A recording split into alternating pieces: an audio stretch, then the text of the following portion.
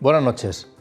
La Constitución española consagra la separación de poderes entre el legislativo, el ejecutivo y el judicial, con independencia de su grado de cumplimiento, como el del derecho a una vivienda digna, sin duda debe ser un principio irrenunciable, en especial por parte de los servidores públicos. Pero con frecuencia parece que estos son los primeros en conculcarlo. Un ejemplo es la imagen que estos días se están ofreciendo ante la ciudadanía por el control del Consejo General del Poder Judicial. Habrá independencia en las decisiones judiciales, pero el afán político por controlar el máximo órgano de gobierno de los jueces no es edificante. Como tampoco lo es cuando Ábalos afirma que el gobierno está negociando con el Partido Popular su renovación. No, señor ministro, léase la Ley Orgánica de junio de 2013 que lo regula y que dice expresamente que los 20 vocales del Consejo General del Poder Judicial serán designados por las Cortes Generales, 10 cada Cámara, Congreso y Senado, por mayoría de los 3/5 de sus miembros. No por el Gobierno, sino el legislativo. Pero es que hay medios de comunicación que no dan a esto la menor importancia, cuando la separación de poderes es seña de identidad de toda democracia occidental y moderna. Si no se interioriza, lo que se transmite es el deseo sin reparos de control y manoseo del poder y sus contrapesos, lejos de la ética y estética que debe guiar a todo Estado democrático de derecho. Como tampoco es edificante la imagen de conflicto y presiones en el seno del gobierno de la región de Murcia por los cambios en el Ejecutivo, que el común interpreta que es solo por intereses y cuitas internas y no por solventar mejor los problemas que acucian a los ciudadanos.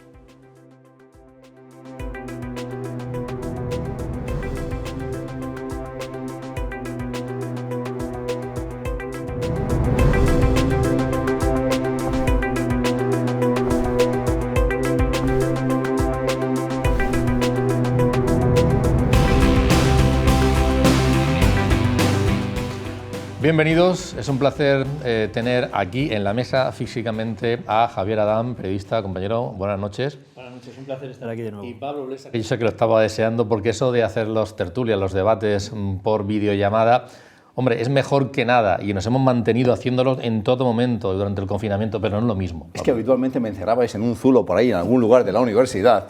Detrás veía ahí los... Y bueno, esto es, echaba de menos la pulcritud, la espacialidad, el gusto de ver directamente a los contertulios, de charlar también con la mirada, que es muy importante. Así que estoy muy feliz de volver aquí al plató.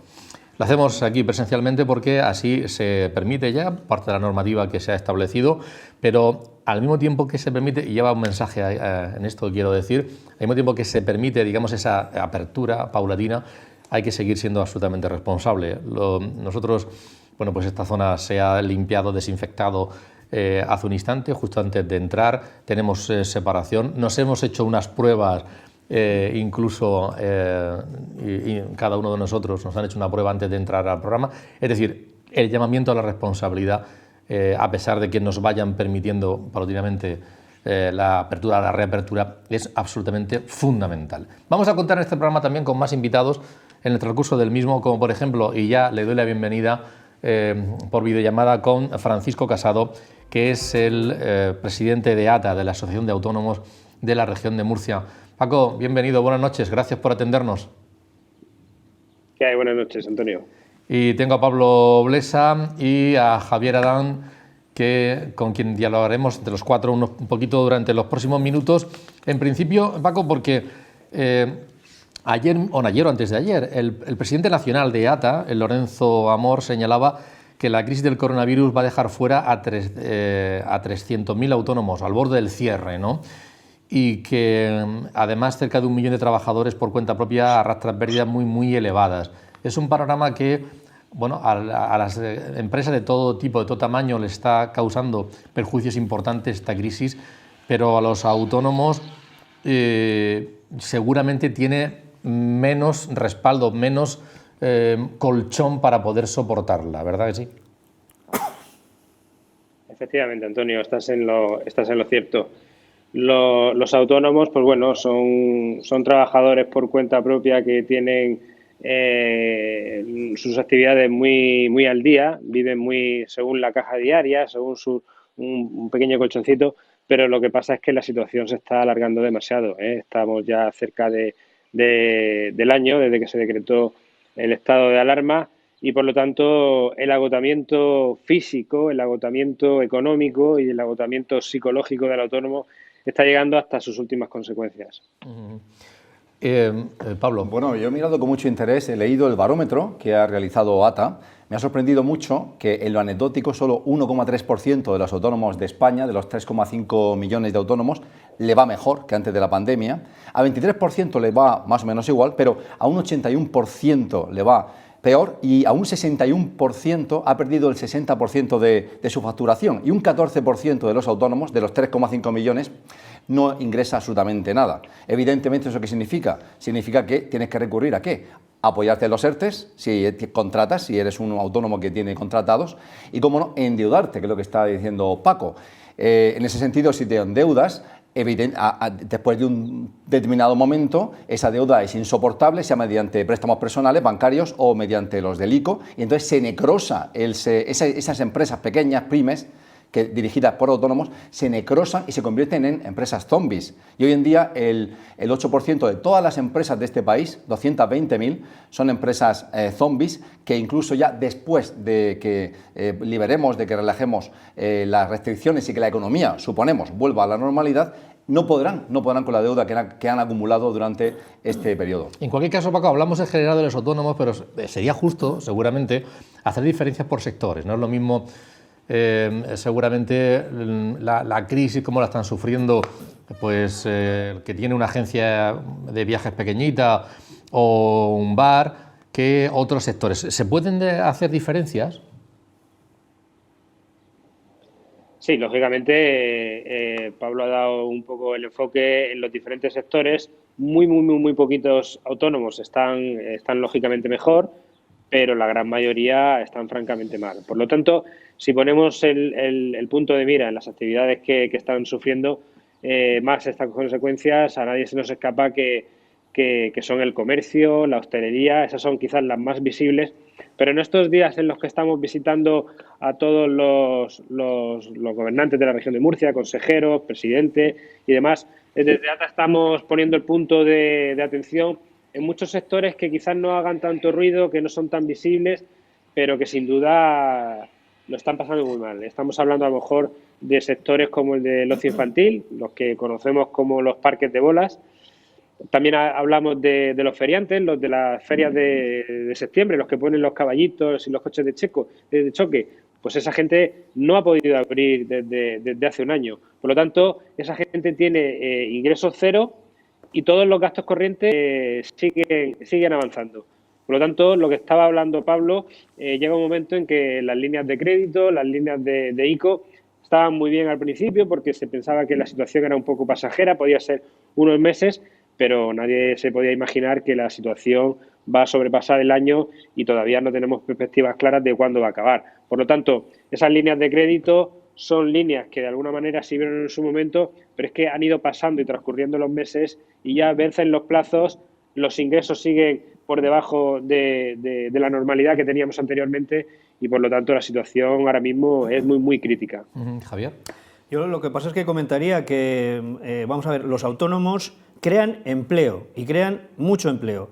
Lo que sí es que frente a industrias grandes, pues tienen menos riñón normalmente para aguantar una situación como esta. Entonces, para no desmembrar todo este sistema productivo que generan los autónomos y que generan ese empleo, hacen falta ayudas directas. Esas ayudas directas, a mi juicio, tienen que venir tanto del gobierno central como también del gobierno autonómico. Estamos viendo las del gobierno autonómico, pero las del gobierno central simplemente se han quedado en un anuncio. 11.000 millones, ¿dónde? ¿Para cuándo? ¿De qué manera? Sí. Exactamente. Javier ha dado en el punto clave, como suele ser habitual, y lógicamente ha establecido lo que es la clave del asunto. Al final, sin ayudas directas, no van a sobrevivir muchísimos autónomos y, como bien decía Javier, lo que nos tenemos que dar cuenta es que los autónomos no solamente son esos trabajadores que tienen su actividad por cuenta propia, sino que generan empleo, generan puestos de trabajo y de alguna manera lo que generan es riqueza para toda la economía murciana y para toda la sociedad. Arriesgando además, diría yo, por hacer un matiz más, arriesgando su patrimonio en primera persona. Es decir, las sociedades limitadas, las sociedades anónimas, lo que se juegan es el patrimonio de esas sociedades. El autónomo está jugando con su casa, está jugando con el patrimonio de su familia. Es decir, el riesgo es absoluto y por lo tanto el apoyo ha de ser también absoluto. Pablo. No, quería comentar que ha señalado Javier ahora los famosos 11.000 millones que en ese anuncio inesperado, al mismo tiempo que aparentemente improvisado, porque no hubo ninguna referencia, ningún apoyo técnico al anuncio en sí, que hizo el presidente del Gobierno en el Congreso de los Diputados, pues lo que viene a señalar ese anuncio de esos 11.000 millones para pymes y autónomos, que es que evidentemente se puede comprender, se puede ya interiorizar, que los fondos europeos, los famosos 140.000 millones que van a venir de la Unión Europea, no van a beneficiar a autónomos y pymes, que son efectivamente, como está señalando Javier y por supuesto Paco, pues entidades pequeñas con poca capacidad innovadora. Van a ir a las grandes empresas del IBEX, por decirlo así, claramente, la mayor parte de ese músculo financiero que viene de Europa. Entonces, por eso ha salido esta bolsa de 11.000 millones, que no sabemos muy bien con qué criterios se va a distribuir, ni cómo, ni para qué, ni cuándo, porque fue tan vago el anuncio, pero evidentemente todo el mundo entiende que van a ser ayudas directas de algún tipo, sea subvenciones directas, sea, no sé, reducir la fiscalidad o atemperar o posponer la fiscalidad, o sea quizá para reducir también los montos de los préstamos del ICO que se han dado a esos autónomos. Pero hay que aliviar la situación de estas pequeñas empresas o de los autónomos, porque si no se necrosa ese tejido productivo, muere, se endeuda a un nivel que ya se vuelve incapaz de recuperación y, como decía, se vuelven entonces empresas zombies. Sí, pero fíjate tú, por hacer una comparativa rápida, ¿no? Hay alguna empresa importante de la región de Murcia que ha entrado en ERE y con amenaza de ERTES. Estamos hablando del entorno, de lo que afecta a Murcia, de esa gran empresa, que es un ejemplo. 75 personas que pueden ir al ERTE, otras tantas al ERE, es decir, al despido, y se están en plena negociación. Por eso no quiero decirlo el nombre, porque está ahí y mejor no incidir. Pero digo, son 75 personas que pueden ir al desempleo ya. Vamos a ver, 75 comercios pueden cerrar, seguro que han cerrado ya en la región de Murcia, pero es que además esos 75 comercios no solamente es la familia que se mantenía de esos comercios, sino además el empleo que generaban. Y parece que cierran 75 comercios y no pasa nada. O sea, que es menos que si cierra una empresa. Ninguna de las dos cosas ha de cerrar. A las dos hay que apoyar, pero hay que tener muy en cuenta a esos autónomos que están generando empleo. Y quiero añadir una cosa. No olvidemos, en esta línea que estaba señalando Javier, que desde que comenzó la crisis en febrero o marzo del año pasado, han cerrado más de 100.000 empresas. Pero es que de esas 100.000 empresas, el 99% son gestionadas por autónomos o pequeñas pymes. Paco, vamos a escuchar, porque uno de los sectores, sin duda alguna, más afectados han sido de la hostelería. Jesús Jiménez, que es el presidente de Hostemur, lo hemos tenido en varias ocasiones en este programa, y le hemos pedido ahora brevemente que nos analice esas ayudas que se están poniendo en marcha o anunciando desde las diferentes administraciones. Vamos a escucharlo. Finalmente, después de muchas reclamaciones, después de un año totalmente desaparecido, empieza a poner cifras a las reclamaciones y a las necesidades del sector. 11.000 millones que efectivamente se van a quedar muy cortos, porque el sector turístico necesitaría como mínimo 20.000 millones de euros para poder afrontar un rescate más o menos que pueda salvar a parte de las empresas, y que necesita que se concrete en medidas con nombre y apellidos. Bueno, pues en cuanto al plan de 20 millones aplicable a la hostelería, va a ser similar, va a ser el mismo que se aplicó, el mismo baremo que se aplicó en el plan de noviembre, con lo cual los más pequeños recibirán 4.000 euros hasta 10.000 euros los mayores, con lo cual es un plan igual que el anterior. Alojamientos y sector ocio nocturno y salones de celebraciones, estamos perfilando el plan, pero va a ser un plan de ayuda mucho más potente, dada su singularidad y el tiempo que ya han cerrado y las dificultades que han tenido y tienen para ejercer la actividad. El primer plan de rescate de la hostelería, la región de Murcia tuvo la capacidad de ser la primera región de Murcia en ponerlo en marcha, y además es la única región de España que ha sido capaz de pagar ese plan de rescate al 31 de diciembre. Prácticamente está pagado al 99,5%, quedan que subsanar unas pocas empresas por defectos de forma y que se está tramitando en ello, pero podemos afirmar que efectivamente la comunidad cumplió su compromiso de pagar el plan antes del 31 de diciembre. Paco, ¿cuáles son las medidas que han funcionado bien y cuáles son las que no han sido realmente eficaces para ayudar al sector, a los autónomos? Hombre, lógicamente ya se ha puesto encima de la mesa, ¿no? Todo lo que sean ayudas directas son un poco el salvavidas y la cuerda a la que se puede agarrar el autónomo en estas situaciones de precariedad. Por otro lado, al principio se establecieron, ya digo, los créditos, los créditos ICO, los créditos bancarios, pero es que al final eso vuelve a existir. Los plazos se están corriendo de una manera rápida y la actividad no se recupera. Por lo tanto, como bien decía Javier, yo estoy viendo y desde ATA no paramos de ver casos de verdadera tragedia familiares, puesto que han tenido que rehipotecar casas que estaban pagadas, las propiedades vuelven a estar en peligro de ser perdidas, y es que es verdad que el autónomo vive con negocios que eran muy prósperos y que funcionaron a base de caja, y que de la noche a la mañana se vieron mermada en casi un 100% esos ingresos que tenían. Siempre estamos en esa lucha, en esa dualidad de qué es primero, si la salud o la economía, y yo creo que a lo mejor que ese planteamiento no debería haberse puesto encima de la mesa nunca. Se tendrían que haber planteado las cosas tal vez de otra manera, por parte de todos, la administración, los medios de comunicación, los ciudadanos, porque no se trata de salvar a uno, salvar a otro, sino de hacer un frente común para salir de esta situación en la que nos encontramos, dejando en el camino las mínimas víctimas posibles de vidas humanas, pero también económicas, porque al final, si no entramos en esa goma de que ahora cerramos, ahora las UCIs, y la inseguridad con la que los autónomos ven que voy a poder abrir, pero abro, no abro, y de qué manera, sigue permanente, ¿no, Paco? Ese es otro de los aspectos que nos ha estado preocupando y que el otro día le transmitíamos al presidente López Miras. De alguna manera los autónomos están haciendo un verdadero esfuerzo a la hora de poder intentar reabrir sus negocios, de reiniciar sus actividades. Entonces, ¿qué pasa? Que lo que le pedíamos es certidumbre. Por un lado, al principio se dijo que si mamparas, después que si distancias, después que si solamente terrazas, solamente reducir de aforos. La situación es que llega un momento que te confunde. Por lo tanto, estábamos pidiendo que sobre todo tengamos un poco de conciencia a la hora de establecer las medidas. Sabemos que no es fácil, sabemos que el criterio sanitario es el que debe de imperar, pero también, por ejemplo, llevamos en cartera, para hablarlo estos días también con la Administración, de determinados sectores, como los que te ponía antes como ejemplo, por ejemplo, el ocio infantil, en los que tienen cerradas sus actividades desde el mes de marzo, y sin embargo consideramos que se dan las circunstancias para que estos negocios pudieran abrir con suelos que están establecidos, que están aprobados por sanidad, puesto que se trata de locales que tienen los niños, que son los de estos negocios, que vienen del colegio, en los que se encuentran interactuando juntos, y por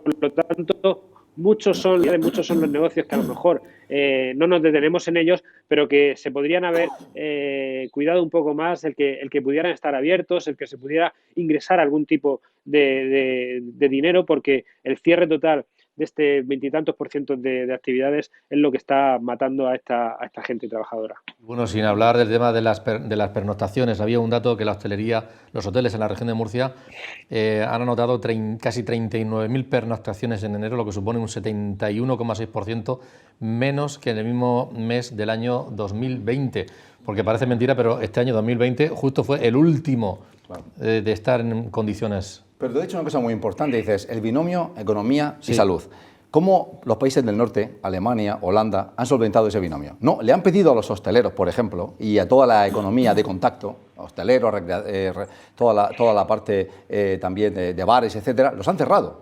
Pero claro, tienen el pulmón financiero como para sostener esos negocios cerrados, haciendo transferencias directas a los perjudicados. ¿Cuál es el problema de España? España, a diferencia de lo que es la media europea, solo ha inyectado ayudas directas a estos negocios, que ha obligado a cerrar, del 1,3% del PIB. La media europea es del 4% del PIB. ¿Pero qué ha ocurrido? Que España ha mirado su nivel de endeudamiento, que ha crecido 20 puntos, y ha dicho, bueno, te cierro y además no te ayudo, y entonces te mato de hambre. Y ese es el problema actual. Parece que al final se han dado cuenta que tienen que invertir más, que hay cierto margen para invertir más, y esos 11.000 millones es de esa reflexión de que hay que invertir un poquito más. Es que si no, destruyes el tejido industrial, empresarial, del que forman parte los autónomos, ¿no? Y esto es difícil que crezca después. Claro, pero fíjate tú, un ejemplo concreto, yo lo leía en estos días, es una información de esta semana pasada. Por un restaurante, estamos hablando de El Callizo de Aínsa. Esta es una información del Heraldo de Aragón. Un restaurante que tiene en un lado de la frontera francesa y en España. Por el restaurante del otro lado de la frontera, en Francia, perdonad, les dan 10.000 euros al mes. 10.000 euros al mes. Tienen dos restaurantes que son similares. En España les han dado 2.000 euros en toda la pandemia. Esta es la ayuda, la diferencia entre la ayuda en Francia y la ayuda... ellos en Francia no cerrarán y en España no saben lo que van a hacer. Aquí en Murcia se ha dado algo más, que yo sepa, en el entorno de los 4.000 euros más o menos a un tipo de restaurante similar a este. Pero que estamos hablando de 4.000 en toda la pandemia. ¿Cómo puedes aguantar eso? Es decir, te van a obligar a cerrar y a tus trabajadores van a ir a la calle. Porque ya digo, no se puede olvidar que el autónomo crea empleo, contrata, genera esa riqueza y además genera puestos de trabajo, porque parece como que siempre es alguien que no va con su maletita o con sus aperos y resulta que no, siempre hay una familia, más de una familia detrás de ese autónomo. Estas ayudas francesas creo que pueden ser algo, 10.000 euros al mes, entonces sí que puedes mantener tu negocio y luego seguir adelante y se negociará como sea, ¿no? A futuro. El otro día recordaba yo en una arteria de Madrid que un visitante que venía de Madrid me comentó, no recuerdo el nombre de esa arteria, de esa vía en Madrid, que habían cerrado 167 bares. Es que las estadísticas lo que reflejan es que 1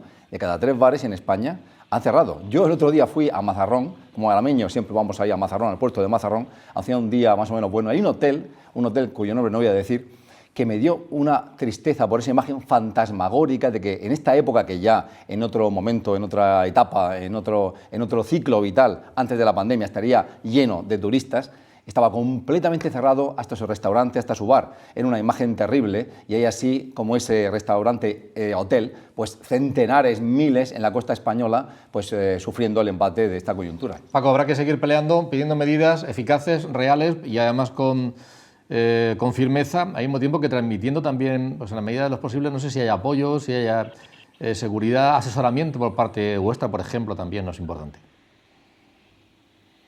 Sin duda, nosotros estamos haciendo una labor absoluta desde el mes de marzo del año pasado, desde ATA, todos nuestros técnicos, todo nuestro equipo humano y técnico ha estado volcado con los autónomos sin tipo de contraprestación, de manera altruista. Tenemos un teléfono gratuito para ayudarlos, para echarles una mano, y también en ese sentido tengo que decir que estamos llevando a cabo proyectos de asesoramiento, de tutoración, de mentorización, junto con la Consejería de Empleo y la Dirección General de Economía Social y Trabajo Autónomo. Estamos llevando a cabo planes ambiciosos para que ningún autónomo murciano se quede fuera de juego, se quede sin ese asesoramiento, sin esa ayuda y sin ese aliento que en estos momentos necesita. Paco, muchas gracias por atendernos. Tienes aquí tu casa y ojalá que pronto podamos tenerte en esta mesa y charlamos un ratillo con unas perspectivas bastante mejores de las que hemos visto esta noche. Estupendo, muchísimas gracias. Gracias a Pablo, gracias a Javier y Antonio. Nos emplazamos a cuando tú quieras. Muchas gracias, Pablo. Paco, buenas noches. Gracias. Buenas noches. Bueno, ese anuncio se hacía ayer, el que hablábamos a nivel nacional de medidas, se hacía ayer en esos debates que se están produciendo a nivel nacional entre los diferentes partidos. Bueno, que parece que ahora pasamos de una punta a otra. Y hablo de política a nivel nacional, hablo porque había tensiones en el Partido Socialista de Unidas Podemos que se han escenificado: reforma del Poder Judicial, alquileres, violencia callejera, libertad de expresión, bueno, de otros, hay muchas más. Y se han estado escenificando declaraciones de uno, de otro, que parecía que había ahí unas tensiones muy grandes dentro del gobierno, pero de pronto, bueno, aparece el presidente y dice no, que está contento, que está satisfecho y que aquí no va a pasar absolutamente nada. Bueno, los jefes en toda coalición, como ha pasado también en Murcia, ¿sí?, siempre aparecen después de que sus adláteres generan un conflicto unos con otros, una bulla tremenda, un gallinero. Aparece el jefe y dice no, todo va muy bien, para trasladar tranquilidad como orden, porque evidentemente el desorden no ayuda para nada al líder, en este caso el presidente del gobierno, o también el presidente regional del que se dice que ha absorbido carros y carretas en esa situación de la coalición de Ciudadanos y Partido Popular aquí. No, pero a nivel nacional a mí me resulta muy interesante porque obviamente los partidos, tanto Unidas Podemos como en Murcia Ciudadanos, apoyando a partidos más grandes, que además están en su mismo espectro ideológico, han aprendido una lección muy importante, y es que en experiencias otras parecidas en la política de otros países europeos, por ejemplo Alemania, lo que se verifica es que cuando un partido grande es apoyado en el gobierno por un partido más pequeño, que además está en su línea ideológica, más o menos en su perfil ideológico, termina de ser orbitado a ser simbiotizado y ser absorbido. Entonces lo que vemos tanto en el nivel nacional, en esa coalición entre Unidas Podemos y el PSOE, y aquí en Murcia entre el PP y Ciudadanos, es como el partido pequeño busca gobernar al mismo tiempo que actuar como oposición al gobierno del que forma parte. Entonces se crea no una bicefalia, se crean unas tremendas líneas de ruptura, al menos de cara a la galería, de cara a la opinión pública, que a veces yo creo que son hasta en un punto impostadas, y me refiero a que no es natural, no es normal que el vicepresidente de un gobierno se pase la vida denigrando sea las instituciones de las que él forma parte, al sistema político del que forma parte, y por señalar algunas, es que son todas aterradoramente estúpidas. O sea, comparar a los represaliados y exiliados de la República durante la Guerra Civil con el señor Puigdemont. En un momento en el que el ministro de Exteriores ruso, Lavrov, ha puesto a caldo al catalán y líder de la diplomacia europea, Josep Borrell, que él aparezca en el diario Ara diciendo que la democracia española se tambalea y que no es normal porque hay presos políticos.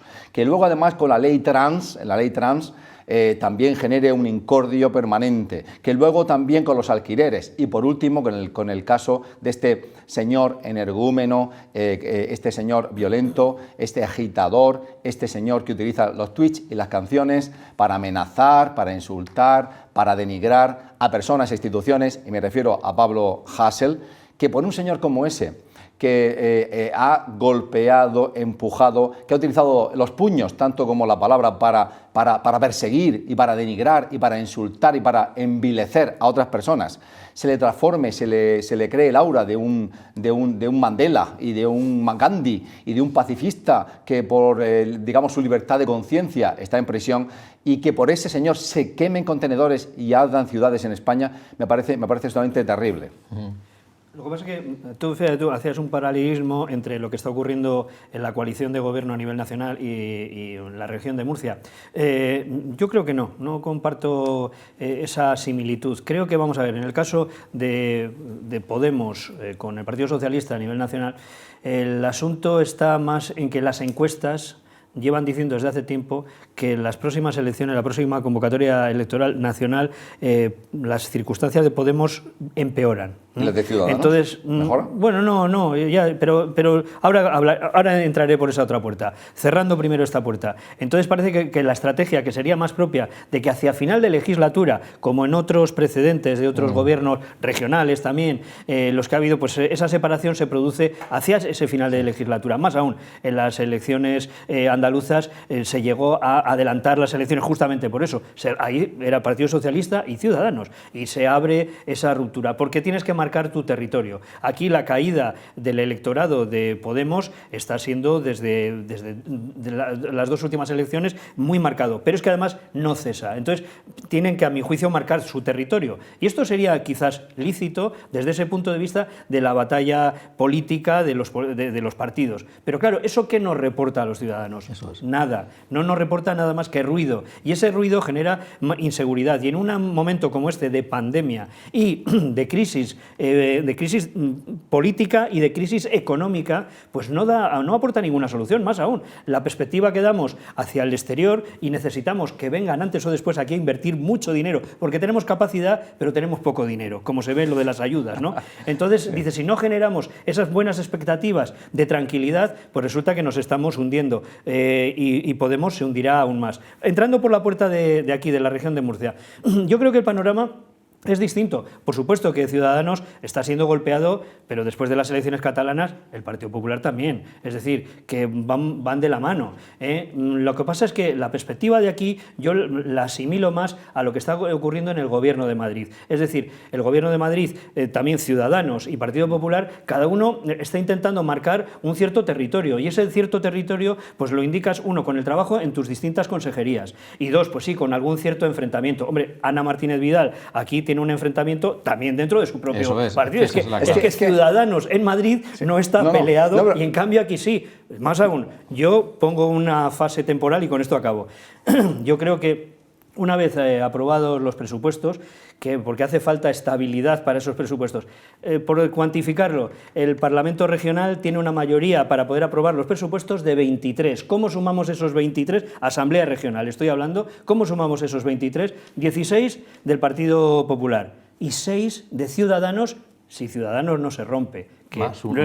Más uno. ¿Cuál es ese uno? Ese uno seguramente que deba ser el de Vox, vamos a llamarlo Vox auténtico, ¿no? Como lo de la falange auténtica que yo, Vox auténtico. Bien, porque es que si no, si se produjese lo que parece como que amenazase a Ana Martínez Vidal de dar un golpe encima de la mesa, remodelación de gobierno y por lo tanto dejar de Isabel Franco, dejar de ser vicepresidenta de este gobierno de ahora, porque igual la gente no se acuerda, pero Isabel Franco es vicepresidenta, no lo parece, porque ¿cuáles son las funciones de esta vicepresidenta? Pues no le han dejado ninguna, y quien sí asume toda esa responsabilidad es la portavoz, que es de Ciudadanos, que es Ana Martínez Vidal. Si se produjese esa ruptura, estamos hablando, llevando el asunto al extremo, pues al final igual acabaría, y así amenazado, Isabel Franco en el grupo mixto. Entonces habría que contar con el otro Vox o directamente, sí. Y el otro Vox ha puesto encima de la mesa varias cuestiones de negociación, por ejemplo el PIN parental, etcétera, etcétera.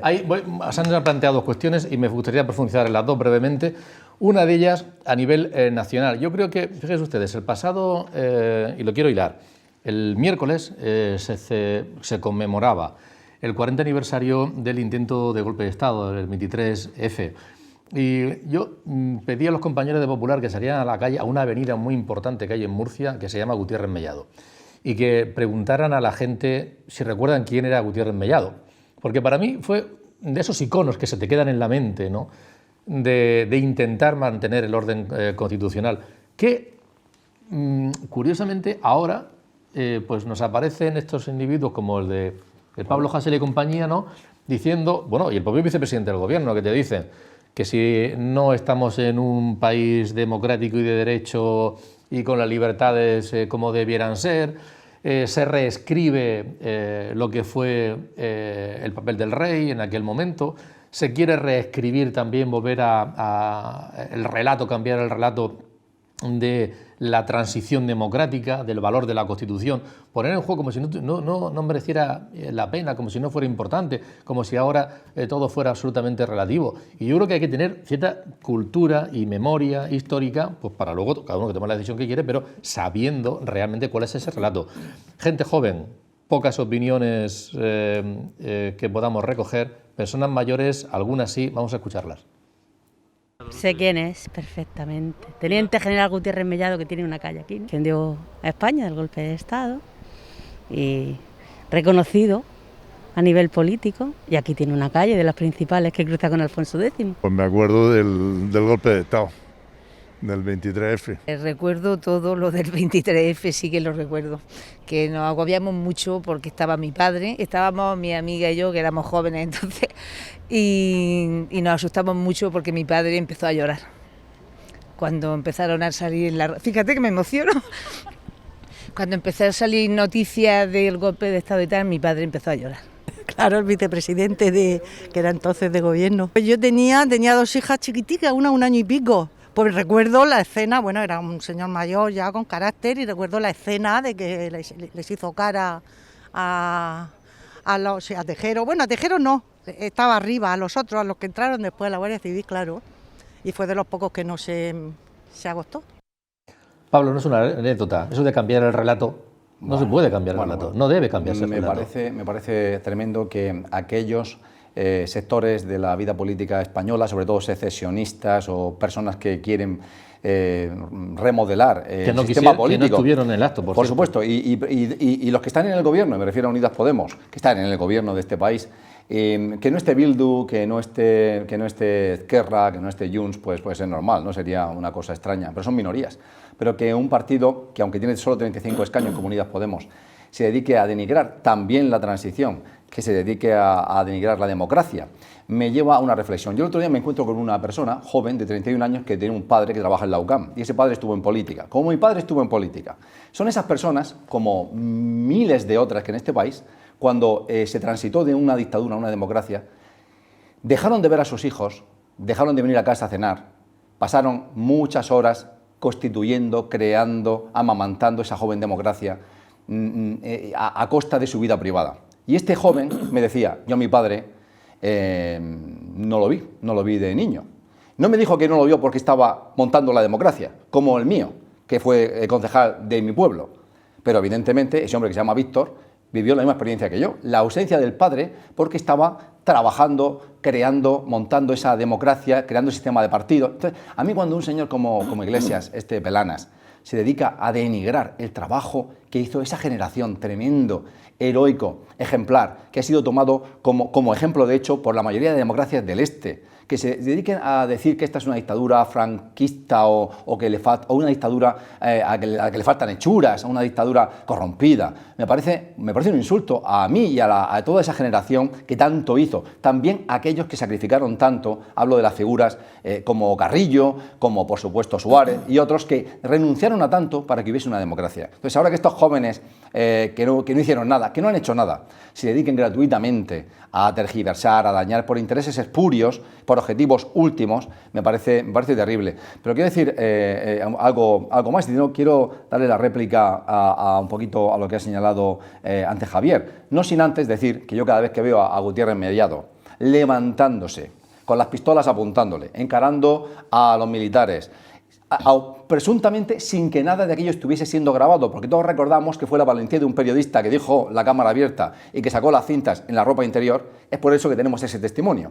Pero que ese señor, ese coraje, es que a mí cuando veo a todos los diputados, a todos, salvo a Suárez y a él, en las bancadas, ocultos, con la cabeza baja, ahí acuclillados, y este que se levanta, es que es una cosa, es la expresión del coraje y de la valentía, a mí me emociona profundamente.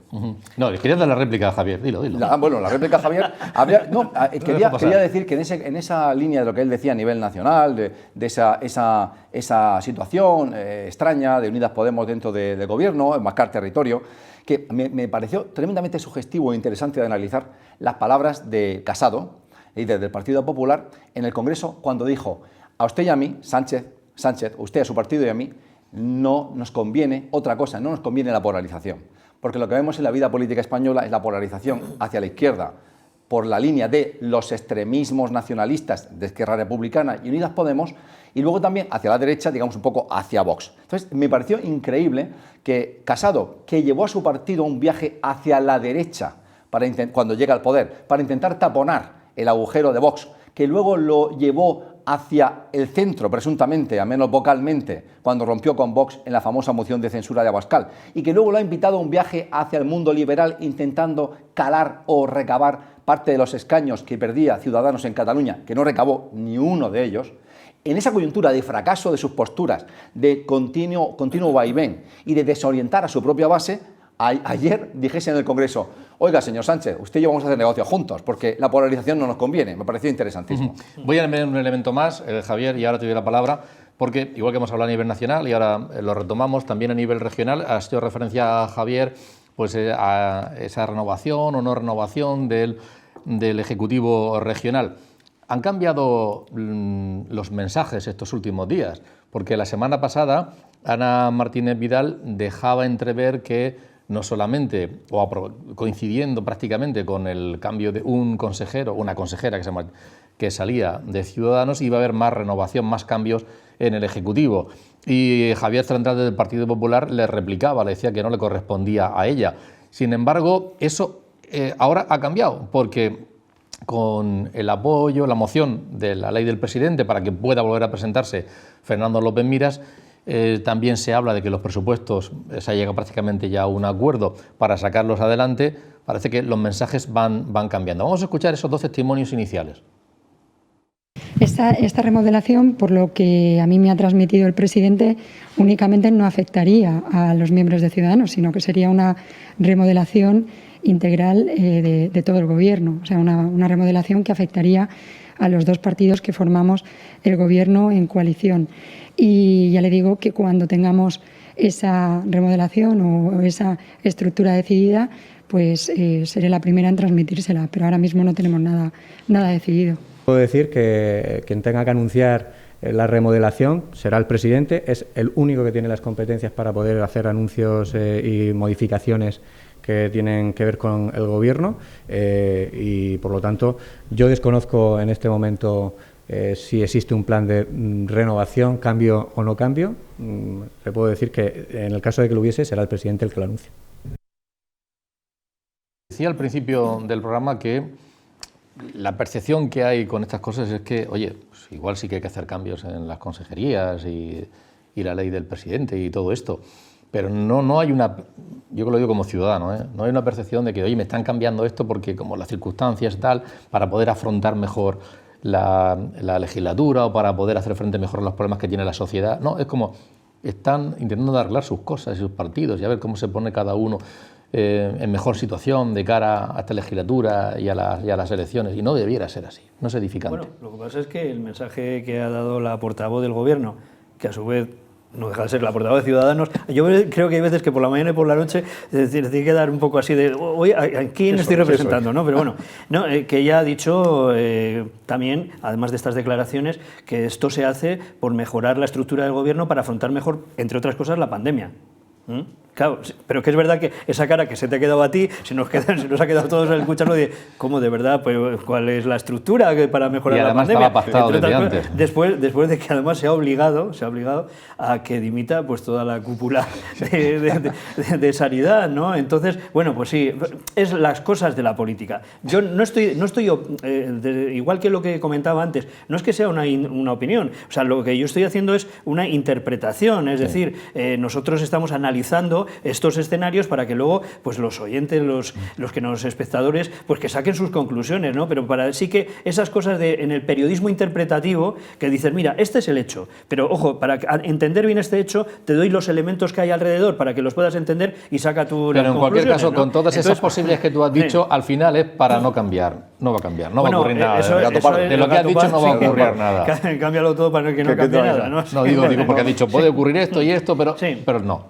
No, hombre, yo creo que sí, o sea, que sí que lo que está encima de la mesa ahora mismo claramente es una remodelación de gobierno. Lo que pasa es que, ¿cuáles son los tiempos? Los tiempos están, por un lado, eso de que es una cuestión clave, que es la de aprobar los presupuestos, ¿no? Ayer se dio un paso importantísimo, tenemos un techo de gasto que afronta, a mi juicio, también mejor las demandas que pueda tener la sociedad en este caso, porque te permite endeudarte más. Ojo, el endeudamiento de Murcia luego ya veremos a ver cómo tendremos que pagarlo. Pero bueno, ahora hay que atender esta necesidad. Entonces dices, tienes que afrontar ese nuevo presupuesto porque es el que te va a dotar de la política que tú quieres ejercer. Ahí sí que ves claramente en los presupuestos qué es lo que quieres hacer. Ya la cuestión es de ir cambiando piezas, pues por ejemplo, una de las cuestiones, y ya me fastidia decirlo porque creo que el nuevo consejero de Transparencia es una gran persona y es un gran político seguro, ya lleva una cierta experiencia y desde el punto de vista jurídico es un gran profesional, que quizás él también haya tenido que ver algo en el diseño ese de la reforma de la ley del presidente, pero que, fíjate tú, la iniciativa es de Ciudadanos, aunque a quien beneficia es al Partido Popular, ¿no? Entonces, bueno, pues estos son los juegos de la política en los que dices, bueno, pues, pero ¿y eso a nosotros en qué nos beneficia? Por ejemplo, y entrando a ese y con eso acabo, ¿no? Vamos a ver, la ley del presidente, ¿qué es? Fernando López Miras estuvo en la legislatura anterior durante 2 años, la mitad. En esta legislatura, pues se supone que va a estar los 4 años. Y luego se marcharía a mitad de la siguiente. Que sí que es cierto que la ley del presidente lo que recoge también es no solamente esos 8 años del presidente, sino también de los consejeros, etcétera, etcétera, ¿no? Entonces, que llevaría un poco la reforma, pero es un poco extraño, ¿no? O sea, sí que parece una cuestión más de lo que les puede beneficiar en este instante pues al Partido Popular y ese apoyo de Ciudadanos. A cambio, ¿qué es lo que te pido a cambio? Pues lo que te pido es una reforma de gobierno que sobre todo apunta más que a afrontar la pandemia, apunta a que las tensiones de dentro de Ciudadanos desaparezcan. ¿Cómo desaparecen? Pues o bien que esté callada Isabel Franco en una segunda línea de Ciudadanos, así no se rompería las cifras de la Asamblea Regional. Porque si no, si vas más allá y, por decirlo así, se le deja sin empleo, pues si le deja sin empleo, entonces sí que ella quizás tome una decisión más allá y entonces ya la ruptura, las cifras cambian. 16 ya no serían 6 sino 5 y te hacen falta otros 2 grupos o grupo Vox. Bueno, la política murciana actual me recuerda a esa serie tan vista por todos nosotros que es House of Cards con Frank Underwood, pero con caspa, claro, con caspa, ¿no? Porque estamos en una situación tan complicada, hemos estado hablando de la economía, de las pymes, de los autónomos, y en ese contexto se producen estos juegos de poder. Y a mí esta señora, Martínez Vidal, me parece fascinante. Yo creo que el que mejor la ha retratado ha sido Puebla, ¿no? Se ve a Ballesteros, la consejera de Transparencia, como que se va, y Martínez Vidal con un hacha gigantesca que pone CES, dice, pero bueno, ¿cómo me dejas? Yo te quiero mucho, y está con el hacha, ¿no? Con el hacha puesta. Entonces, lo que otro periodista decía de ella, solo falta que se autonombre por Twitter vicepresidenta, ¿no? Que ella se autonombre, porque ella, yo la llamaría la remodeladora, ¿no? Ella, en primer lugar, se ha cargado a la cúpula de Sanidad, ella forzó la salida de Villegas, evidentemente el presidente López Miras jamás hubiese prescindido de Villegas y de su equipo. Y en segundo lugar, obviamente ya ha anunciado, ya estaba cantado, lo verbalizó, la salida de la consejera de Presidencia, que se la prescindía de ella. La vicepresidenta actual, Isabel Franco, periodista, está cantado y ella misma se ha hecho el harakiri cuando la ha criticado en público y ha señalado sus errores en la gestión. El consejero de universidades y empresa de universidades, muy conocido, Motas, parecía que también estaba en entredicho y tras unas consultas resulta que se escapa, pero al mismo tiempo que está remodelando para, como tú dices, yugular la guerra civil dentro de Ciudadanos y fortalecer Ciudadanos, su propio partido, y dentro los consejeros de su propio partido en el gobierno, también amenaza a los del Partido Popular, avanza en público que en esa remodelación el PP también va a prescindir de otras personas, por lo cual provoca una crisis tremenda en el gobierno, pero como decíamos antes de Sánchez, López Miras opta por decir, no, todo va fantásticamente bien, no tenemos absolutamente ningún problema en absoluto. Y aquí el juego de poder es muy sencillo y lo ha señalado Javier muy bien. Por un lado, cuando comete la torpeza Vidal de adelantarse a verbalizar que va a haber una remodelación y señala quién se va a cargar ella, a qué aspira ella y quién se va a cargar López Miras, genera tal crisis dentro de su propio partido que López Miras se sienta a ver cómo se desangra. Y López Miras le dice, cuando tú apoyes el cambio de la ley de presidente que me permita a mí prolongar mi estancia en el poder, entonces yo ya veré cuándo, en qué tiempos, mientras tú te quemas, haremos la remodelación, y no se ha hecho como se esperaba, sino que efectivamente ha salido Ballesteros, ha sido sustituida y aún estamos esperando la remodelación. Hace justo un año, ahora, en este mismo programa, lo llamábamos, tocábamos dos temas, un tema de la actualidad de esa semana, y luego también abríamos una ventana y decía, el virus o el coronavirus está en Italia, en aquel momento, hace ahora un año, y para que nos hablara lo que ha pasado desde entonces, y para que nos hablara un poquito, nos ayudara a entender qué estaba ocurriendo en Italia y hasta qué punto podía llegar esa situación a España, contactábamos mediante videoconferencia con José Manuel Sánchez Vizcaíno. Es uno de los mayores expertos, yo diría a nivel mundial, es uno de los mayores expertos a nivel mundial en sanidad animal, catedrático de la Universidad Complutense. Hoy, un año después, vuelve a estar con nosotros. José Manuel, buenas noches, es un placer contar contigo. Hola Antonio, muy buenas noches, un placer también por mi parte. Gracias. Con Pablo Blesa y Javier Adán, que seguro que también opinarán y te preguntarán al respecto. Y lo primero es, además yo me acuerdo que decía, oye, si tuvieras que viajar tal por China, tú me decías, no, pues mejor doy una vuelta, bordeo, porque no me gusta nada lo que estoy oyendo de aquella zona. Esto era inimaginable en cualquier caso, José Manuel. Efectivamente, era inimaginable, a pesar de que conocemos los coronavirus desde hace tiempo y además ya nos había dado dos avisos previos, ¿no? Que fue el SARS y luego el MERS. no esperábamos que este tercero, tuviera esa capacidad de difusión y de infectividad tan alta como lo está teniendo. Realmente ahí nos ha sorprendido. Nos ha sorprendido mucho porque ni el SARS al principio, ¿os acordáis? Que fue el primer aviso que nos dijo que estoy por aquí. El segundo fue Merck, que todavía fue menos transmisible. Sin embargo, COVID le ha ganado muchísimo la partida en su capacidad de difusión, de infección y de movimiento. Se dice que además las personas más vulnerables son las que han pagado un precio más alto, ¿no? Estoy pensando en las personas mayores, especialmente, por ejemplo, aquí en España, ¿no? En las residencias esa primera ola fue terrorífica.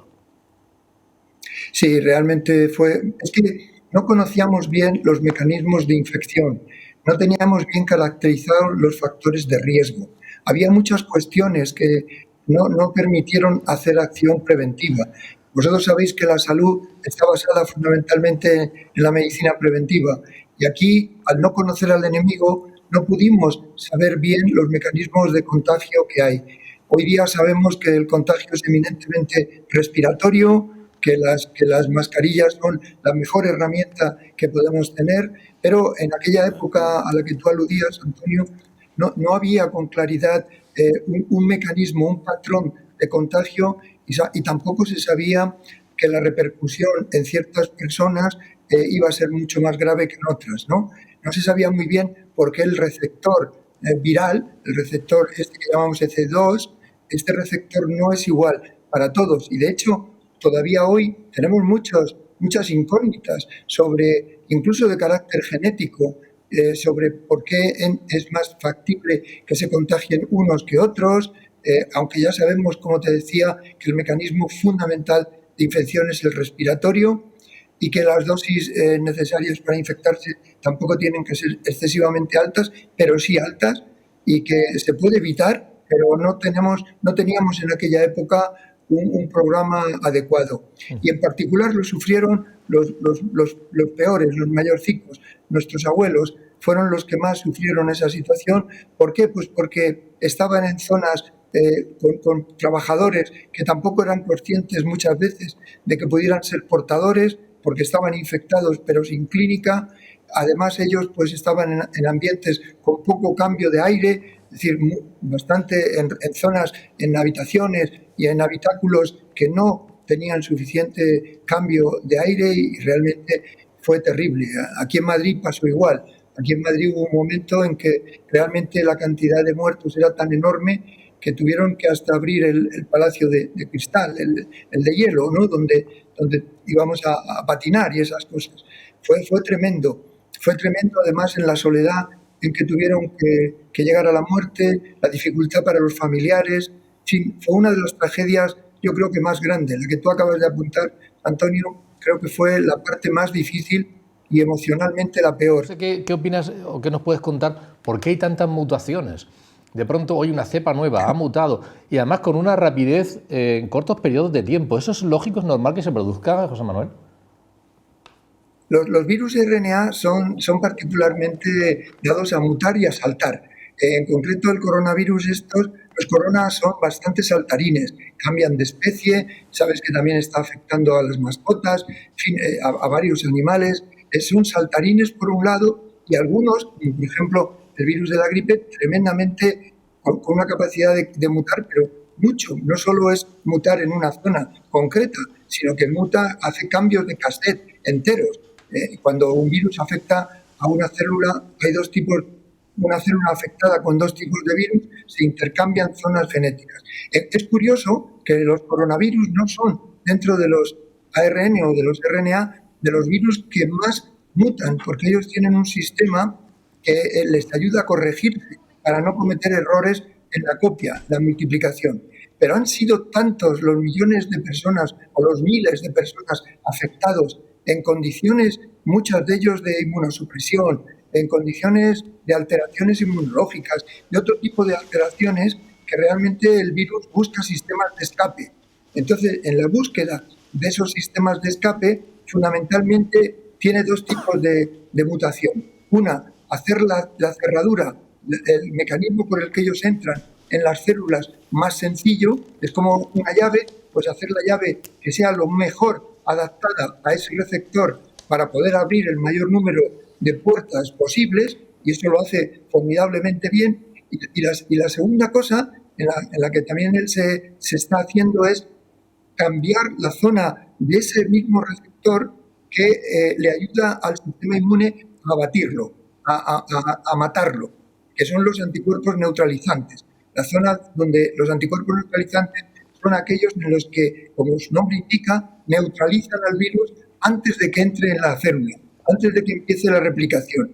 Entonces, este virus ha aprendido las dos cosas. Pablo, ¿cuál es tu opinión? Bueno, que quizá la pregunta clave es si las vacunas que van produciéndose, que van prodigándose y que van inyectándose, van a ser capaces de combatir esta permanente mutación del virus y estas nuevas cepas. Yo antes de entrar aquí y he pasado por maquillaje, y me decía la maquilladora que acaba de descubrirse otra nueva cepa californiana que por lo visto es extremadamente virulenta, y yo me pregunto si las vacunas van a servir para algo, o sea, si las vacunas van a ser efectivas o si al final vamos a ir siempre detrás del virus, porque el virus, entre otras cosas, varía con esa tremenda habilidad saltarina, y la pregunta es esa, si vamos a poder cazar al virus y que si las vacunas van a ser una trampa suficientemente efectiva para realmente atajar el virus. Un momento, Javier, tú también, opinión sobre esto. La verdad es que la primera ola nos pilló, parecía que era de otros, ¿no? De otras personas lejanas. Una pregunta al doctor. Sí, le voy a trasladar. Pero si quieres un comentario personal, quería decir esto. Me parece que los europeos fuimos arrogantes y por tanto estúpidos. ¿Por qué? Pues muy sencillo. Vamos a ver, el virus surge en Wuhan de una manera potente, visible ya a nivel mundial, en enero. En febrero, finales, la OMS ya declara que esto es una pandemia. El virus aterriza en Italia y nosotros seguimos. El World Mobile es cancelado porque las empresas asiáticas, Samsung y otras, ya saben de qué va. Como ha dicho el doctor, había habido un precedente, el SARS-CoV-1 y luego el SMERS.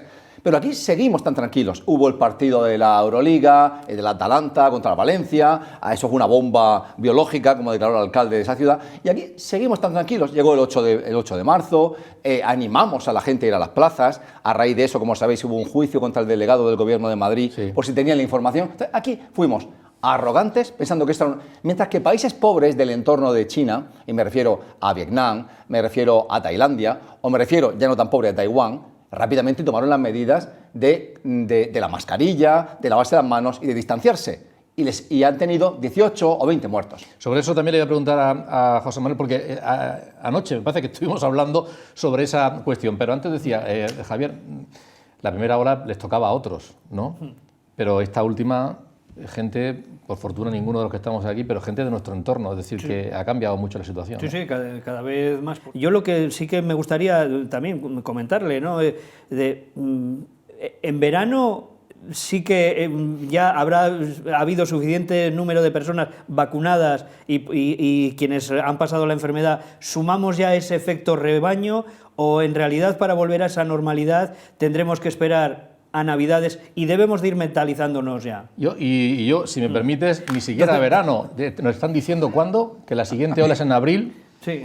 Que en abril, y lo uno con lo que tú decías, porque me decía José Manuel, de nuevo, y aunque parezca mentira, manos, mascarillas, que algunos dicen que cuando él los ve se indigna de las mascarillas que llevan, de la separación, ¿verdad, José Manuel? Sí.